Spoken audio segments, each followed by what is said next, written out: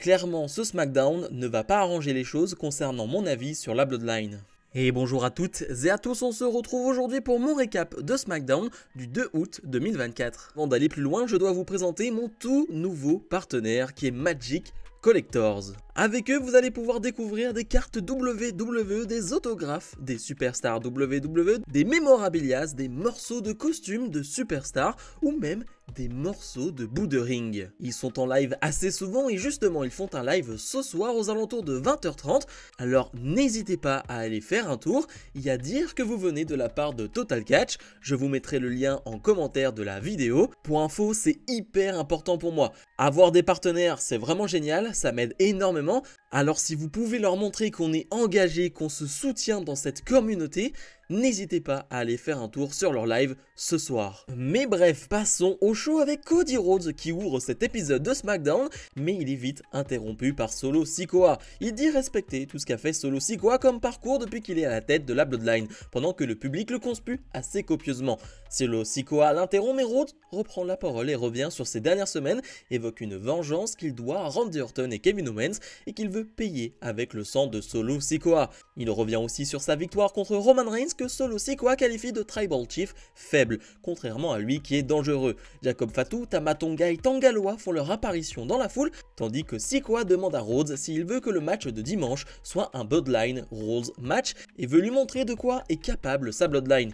Il assure que les titres par équipe seront en leurs mains ce soir, après leur match face à DIY, et ce samedi, ce sera celui de Cody Rhodes. Rhodes va accepter le Bloodlines Rules match et dit que ce samedi, tout ce qu'il aura à faire, c'est de battre le chef de tribu, mais comme il n'est pas là, il battra celui qui se croit pour le chef de tribu, Solo Sikoa. C'était tout simplement la meilleure promo entre les deux. Alors elle arrive à quelques heures de SummerSlam, ce qui est mieux que rien. Je vais pas revenir sur tout ce que j'ai dit sur la Bloodline et sur cette histoire, mais ce qui est sûr, c'est que il ne pouvait pas faire mieux. Clairement, Cody Rhodes a été excellent dans cette promo. Solo Sikoa a fait du Solo Sikoa, mais clairement on voit la différence entre les deux. On voit que quelqu'un a l'habitude, on voit que quelqu'un est au sommet depuis maintenant quelques mois et puis même plusieurs années maintenant et qu'il a l'habitude de ce type de promo pour nous hyper pour un énorme match. Et de l'autre côté, Solo Sikoa fait le boulot sans trop en faire, mais c'est pas dingue du tout. Ce qui est sûr, c'est qu'on aura un Bloodline Rules match entre les deux. C'est un peu stupide de la part de Cody d'accepter cela, sachant qu'il n'a pas de coéquipier pour le moment, qu'il n'a pas de partenaire, vu que Owens et Orton sont blessés, donc c'est un peu bête de sa part. Mais du coup, on peut tout imaginer pour le match de ce soir, vu qu'il n'y a pas réellement de règles, on peut avoir des interventions en veux-tu, en voilà. Et je vous laisse imaginer qui peut arriver. Andrade fait face à Carmelo Hayes, un combat qui va durer un peu moins de 10 minutes, revanche d'il y a 2 semaines, et c'est un match qui va mériter les This is Awesome de la part du public. C'était excellent, et ce qu'il était même meilleur que le match d'il y a 2 semaines, je me pose la question. Ce qui est sûr, c'est que le match était totalement différent, et ça c'est un détail que j'adore, parce que pendant le match, au tout début, on va avoir deux hommes qui commencent à se connaître. Tu veux me mettre un chop, je vais te mettre un chop. Tu veux me mettre un énorme coup de la corde à linge, je vais te mettre un énorme coup de la corde à linge. Bref, on arrive à se contrer parce qu'on se connaît, et surtout, on veut porter les mêmes prises qu'il y a 2 semaines. Je pense à cette descente de la cuisse de la part de Carmelo Hayes du haut de la deuxième corde, ou à ce Russian Leg Sweep porté du haut de la deuxième corde de la part de Andrade. Eh bien, ces deux prises ne vont pas passer, parce que les deux vont se contrer, parce que les deux commencent à se connaître. Le rythme est top, les contres sont géniaux, le public est à fond dedans, il y a une sublime ambiance pendant ce match, rien à dire. Vraiment, c'est le type de match qu'on aimerait voir un peu plus souvent du côté de SmackDown, et ça fait plaisir de les voir quand on les a. Finalement, Andrade va surprendre Carmelo Hayes avec une espèce de roll-up et remporter ce combat, ce qui fait qu'il est en 2-0 face à Carmelo Hayes. Alors c'est pas un tombé clean, c'est pas un tombé clair. Est-ce qu'on aura un troisième match entre les deux? Je dis pas non du tout. Santos Escobar accompagné de la LWO fait face à Apollo Crews accompagné de Baron Corbin, un combat de 3-4 minutes, c'était pas mauvais. On a une petite histoire entre les deux depuis maintenant quelques mois, donc je trouve ça plutôt logique de voir un match du côté de SmackDown, même si la hype n'est pas immense, c'est logique de leur donner du temps. Comme je le disais, c'est pas mauvais, mais ça dure pas assez longtemps, et puis on a que des interventions de la part de la LWO qui gâchent un peu le combat. Corbin, lui, est débordé, il ne peut rien faire face à toutes ces interventions, et du coup, Escobar en profite sur le ring pour remporter ce combat après une énième intervention.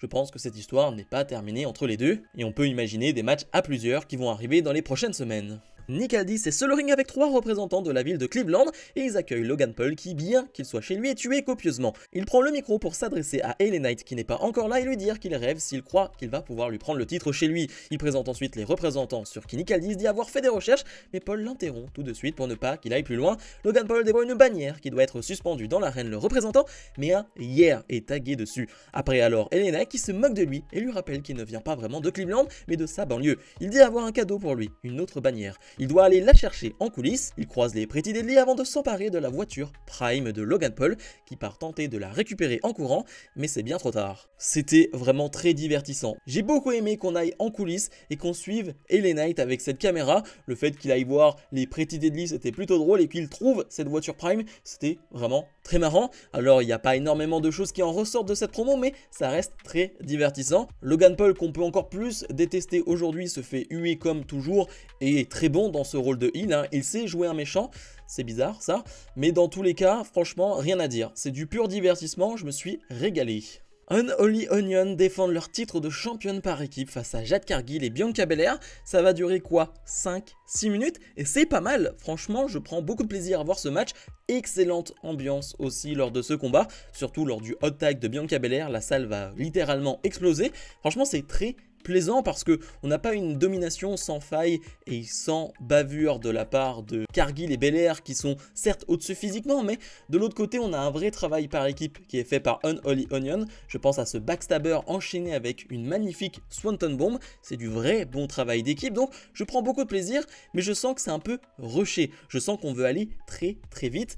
Et oui, on veut aller très vite parce que le match va se terminer rapidement au bout de 5 minutes après une intervention de Blair Davenport qui va donc coûter une disqualification. Victoire certes de Belair et Cargill, mais disqualification, donc pas de changement de titre. À la suite de ce match, Blair Davenport et Unholy Onion vont tabasser Bianca Belair et Jade Cargill.